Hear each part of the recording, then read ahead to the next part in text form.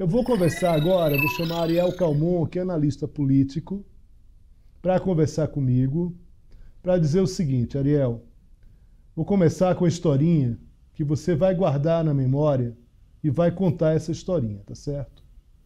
Quando o Eduardo Campos Vivo era governador de Pernambuco, tinha um político da oposição que todo final de semana ia, e era um político importante, um político que tinha visibilidade nacional, naquele momento já não tinha tanta.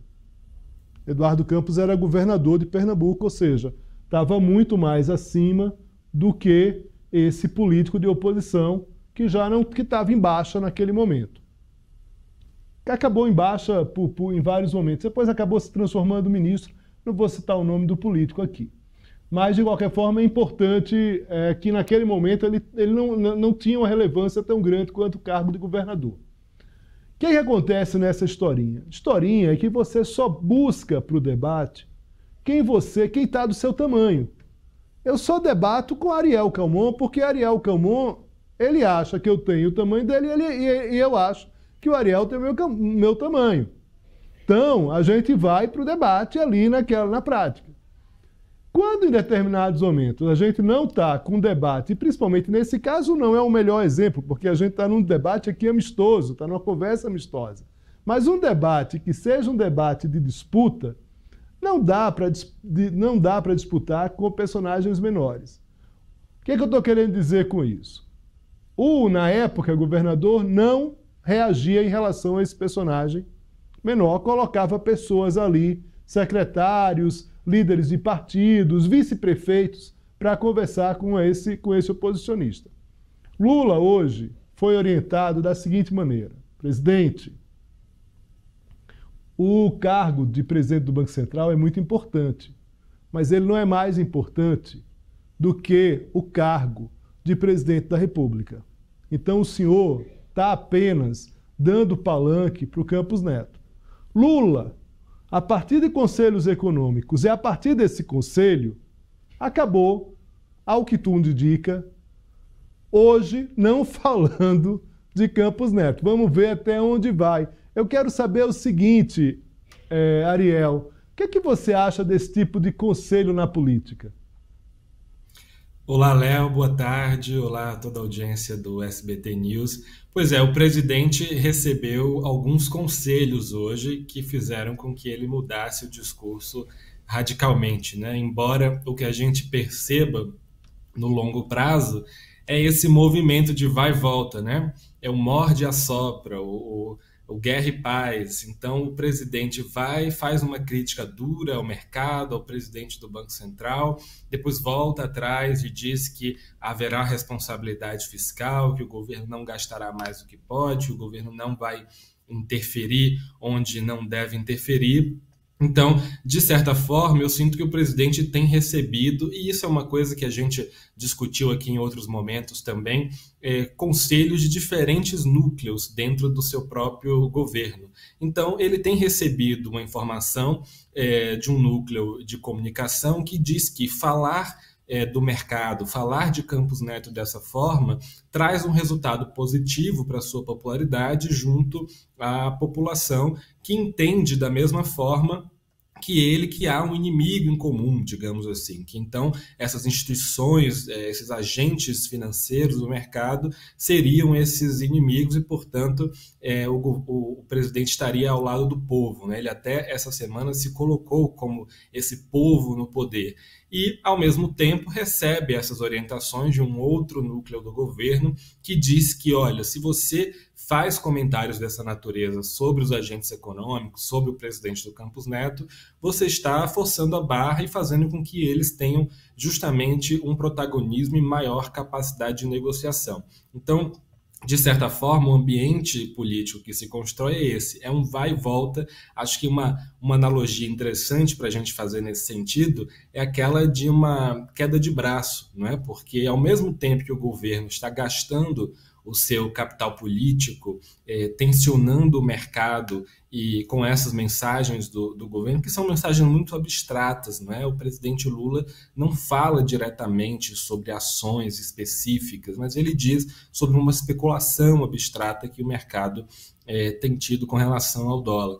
E, ao mesmo tempo, o mercado, ao responder a essa especulação, também a essa mensagem do presidente, também gasta o seu capital político, porque responde com a alta do dólar, com então a retirada de investimentos do país, uma desvalorização do real, e com isso gasta o potencial de negociações para outras pautas, como, por exemplo, a pauta da reforma tributária, que está em debate esta semana e que, embora pareçam temas separados, mas na verdade são agentes semelhantes que estão atuando ali e fazem com que eles tenham que discutir, então, onde vão gastar a energia. E o presidente sabe disso. Então, de alguma forma, ele força o mercado a gastar sua energia com essa retirada de investimentos, com a movimentação, e se preocupa.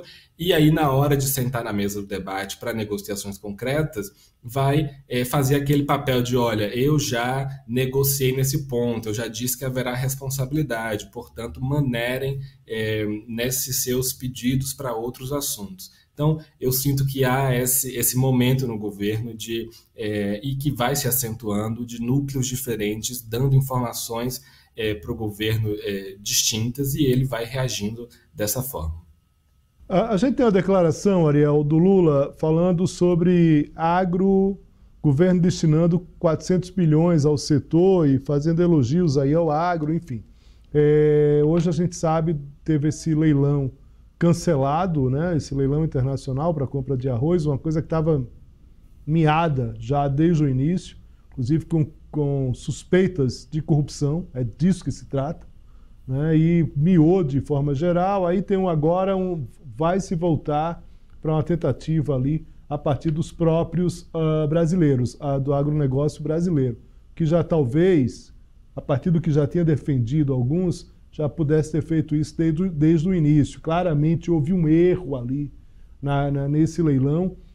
Numa companhia como a Conab, que está acostumada a fazer leilão, nesse caso, uma suspeita de corrupção. Enfim,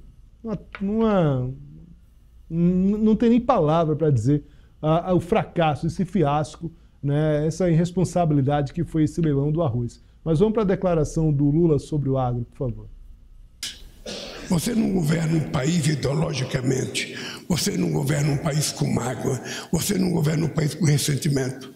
Você governa um país em função da qualidade do país que você sonha em criar. E eu não tenho nenhuma preocupação de dizer para qualquer empresário da agricultura aqui, foram nos meus governos e no governo da Dilma que a gente teve os maiores planos safra da história desse país. Aí pode pegar Marechal Deodoro da Fonseca, pode pegar Café Filho, pode pegar Getúlio Vargas, pode pegar Juscelino, pode pegar Fernando Henrique Cardoso, pode pegar Collor, pode pegar Bolsonaro. Nós fizemos sempre os melhores planos safra desse país. E nunca pedi para nenhum empresário agradecimento.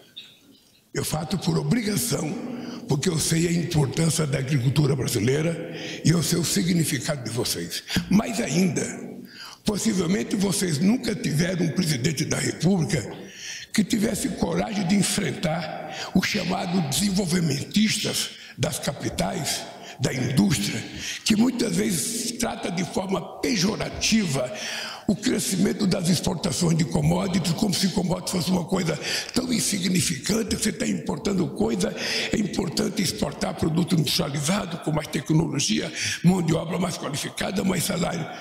Tudo maravilhoso. Mas o fato de eu querer exportar produtos manufaturados de uma indústria mais sofisticada não me obriga a negar a quantidade de tecnologia e genética que tem na agricultura brasileira hoje, que disputa com qualquer país do mundo. As pessoas muitas vezes se esquecem de dar conta da quantidade de tecnologia que tem num grão de soja, do aperfeiçoamento na qualidade do nosso café, do aperfeiçoamento que nós temos no milho, ou seja, em tantas outras coisas extraordinárias que nós temos. Muito bem, Ariel. Acho que Lula hoje parece que, de fato, ele veio com uma estratégia, de dar entrevistas para veículos de comunicação, né? Isso, para aqui, puxando sardinha aqui para o SBT, começou no SBT, uma entrevista para o SBT Brasil, né, com César Filho. Na sequência, ele veio e acabou, vamos dizer assim, diminuindo esses passos entre as entrevistas. E acabou também dando entrevistas para emissoras locais, que evidentemente tem uma repercussão nacional, porque fica todo mundo de olho ali quando o presidente fala, principalmente mesmo que seja para localidades, para determinados locais. A pauta nunca é local. Nesses momentos, toda vez que questionado sobre o Campos Neto, sobre o BC, sobre o dólar, ele falava. Hoje, ali no Palácio do Planalto, tem um vídeo mais cedo que o presidente Lula, antes de entrar nessa declaração, para dar essa declaração sobre o agro, ele é chamado pelos jornalistas, ele vem de uma maneira até muito gentil e estava até sorridente, e perguntas para ele sobre dólar, sobre Campos Neto, eles não, hoje eu vou falar só sobre agro. E sobe correndo no palco ali e, de fato, aí já não tem mais questões, ele fala o que ele quer, mas, de qualquer forma, ele, mesmo quando não era perguntado, ele acabava indo contra o Campos Neto. Eu te pergunto o seguinte, Ariel, Lula conseguiu perceber que essa guerra dele não iria dar em nada, ao contrário, só ia aumentar preços. Tudo bem, a gente sabe que tem uma questão que é internacional. Tem uma questão norte-americana, de juros americanos, que independe no Brasil. Você pode estar com a melhor, tudo certinho aqui no Brasil, dólar pode subir a partir de um efeito norte-americano. Não existe, talvez a FGV consiga fazer algumas medições, mesmo assim pouca, de uma margem menor, de que interfere de fato na elevação do dólar. Mas não há dúvida, mesmo para a FGV ou para os outros analistas, que as declarações do presidente têm atrapalhado. E quando o presidente fala sobre isso, ele está levando o risco de aumento de petróleo, aumento de remédio, aumento de pão por conta do trigo. Ariel, você, como observador da cena política, acha que é um descanso de 24 horas nessas declarações do presidente? Ou Lula pode estar agora disposto a fazer outro tipo de debate? Léo, eu acho que, não sei se vai durar apenas 24 horas, talvez dure mais esse descanso, mas certamente o presidente vai voltar a tensionar essa relação. E isso é sabido, não é? Essa é a postura do presidente, ele tem essa posição. E há esse diagnóstico de que existe um ponto a ser abordado aí, um ponto de inflexão com a estrutura dos agentes financeiros e como eles operam atualmente. Então o governo sabe disso e ele vai operar isso de alguma forma quando ele entende que é prudente. Há uma série de conselhos que são feitos ao presidente, mas a gente entende que ele tem muita autonomia justamente pela organicidade dos seus discursos, né? Que, como você bem mencionou, ele viaja a capitais e faz discursos para rádios locais e aponta de forma muito espontânea esses assuntos. Então, eu acredito que pode ser que essa pausa dure mais do que 24 horas, mas o governo voltará, sem dúvida, a tensionar essa relação com o mercado. Justamente porque eles sabem que há um ponto de inflexão a ser trabalhado, que existe uma situação com o mercado e que eles têm um limite. Da mesma forma como o governo tem um limite de atuação, não é? Existe uma quantidade de capital, digamos assim, um capital político a ser utilizado, o mercado financeiro também tem uma quantidade de capital que vai estar atrelado justamente às possibilidades de seus ganhos e percas. Então, de alguma forma, o presidente e o seu núcleo duro de articulação entende isso. Nesse momento, compreendeu-se que era preciso voltar atrás, então voltar ao Lula paz e amor e voltar a falar em estabilidade, em equilíbrio fiscal, para que houvesse uma amortização disso. Agora, há uma preocupação, e como você bem mencionou, Léo, de como isso vai reverberar, porque uma alta no dólar, ela pode ser uma coisa de momento e também ter influência de fatores externos. A gente acompanhava aqui a situação das eleições americanas e como que isso pode de alguma forma impactar no Brasil, mas há também o fato de que o dólar vai resultar num aumento de preços, uma inflação mais adiante, e de como que isso chega na ponta para a população em um ano eleitoral. Então, o presidente ele tem ali um conjunto de elementos para fazer esse cálculo. Então, entender se vale a pena, naquele momento, fazer de novo essa mordida, né, desse jogo de morde e assopra com o mercado, vale a pena ali naquele momento fazer essa tensão, ou se não, agora está extrapolado e eu preciso dar uma controlada para que isso não resulte no aumento de preços, esse aumento de preço impacte, por exemplo, a percepção da avaliação do governo, que não é das melhores. O presidente falou nessa tarde, no lançamento do Plano Safra, sobre o seu conhecimento de gestão nacional, mas esse é um momento muito crítico de baixa avaliação positiva do governo. Então, é preciso ter essa atenção especial ao impacto que essas mensagens, que podem ser dispensadas, e o próprio governo faz essa avaliação, de que, embora seja uma janela de oportunidade para fortalecer uma base que, de alguma maneira, entende também que há um ponto com o mercado para ser trabalhado e que isso aumenta a popularidade, há o risco de que, ao fazer essa mensagem, isso reverbere economicamente, então, em forma de cadeia, em um aumento de preços e que traga prejuízos em curto prazo. E aí a gente fala aumento de preços de alimentos, mas também de combustíveis, de como isso é uma cadeia do sistema produtivo que pode afetar uma série de áreas do governo. Muito bem. A gente tem outra declaração aqui, Ariel, do Lula. Lula falando sobre carne. Diz que ficará feliz se puder comer carne sem imposto, em uma alusão à reforma tributária. Enfim, o presidente vem fazendo aí, desde ontem, uma iniciativa, claramente ali, está empenhado em colocar a carne na cesta básica, enfim, para que a gente sabe que alimentos da cesta básica acabam tendo ali uma redução de impostos. E ele falou agora sobre carne. Vamos lá? Eu jamais vou tomar atitude de congelar preço. Foi a maior gelada do mundo que fizeram. Porque a minha experiência é que toda vez que vou gelar uma coisa, aumenta o preço e as coisas desaparecem. Eu lembro que tinha caminhão que ia no bar entregar bebida e o cara não tinha o refrigerante. O cara falava, só entrega se vocês comprarem tal refrigerante. Aí o cara era obrigado a comprar um monte de coisa que não servia. Isso não vale. Nós estamos com um problema agora. Nós estamos fazendo a reforma tributária, nós temos interesse em fazer a reforma tributária, que é a primeira feita em 40 anos, no Estado democrático, em que a gente tem só 70 deputados em 513, e a gente conseguiu aprovar uma reforma agrária extraordinariamente boa que vai mudar a história desse país. Mas agora nós estamos discutindo umas coisas que eu pensei que o Haddad ia falar, mas ele não falou, eu vou tentar insinuar aqui. Nós estamos com um pequeno problema, nós temos que discutir o que vai entrar na cesta básica. O que a gente vai inventar de imposto para a cesta básica.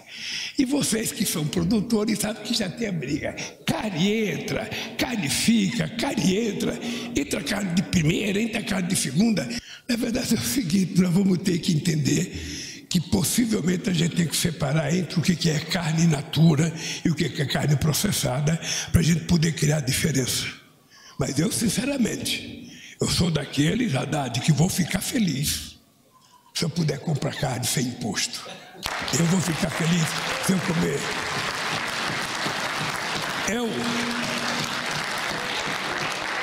Eu que prometi durante a campanha que o povo ia voltar a comer picanha e tomar cerveja, sabe? Eu fico ludiado. Muito bem, Ariel, tá aí, ó. Presidente falando esse Lula, de fato, ele não tem jeito não, né? Dizendo para o Haddad que vai ficar feliz de comer carne sem imposto. Enfim.